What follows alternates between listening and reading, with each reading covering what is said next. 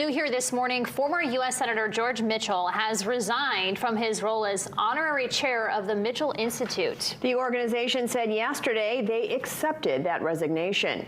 In a statement, the Institute said they agree that this is an appropriate time to initiate a thoughtful, responsible process to consider a potential name change. Now, the announcement comes after recently unsealed court documents related to Jeffrey Epstein were released last Friday.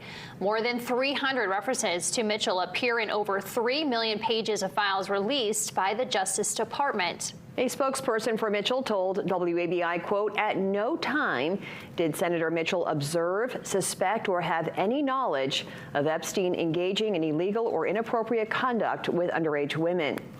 Mitchell, a Democrat from Maine, served in the U.S. Senate from 1980 until 1995. For more than 30 years, the Mitchell Institute has helped Maine students pursue higher education by awarding scholarships to dozens of graduating students at public schools here in Maine.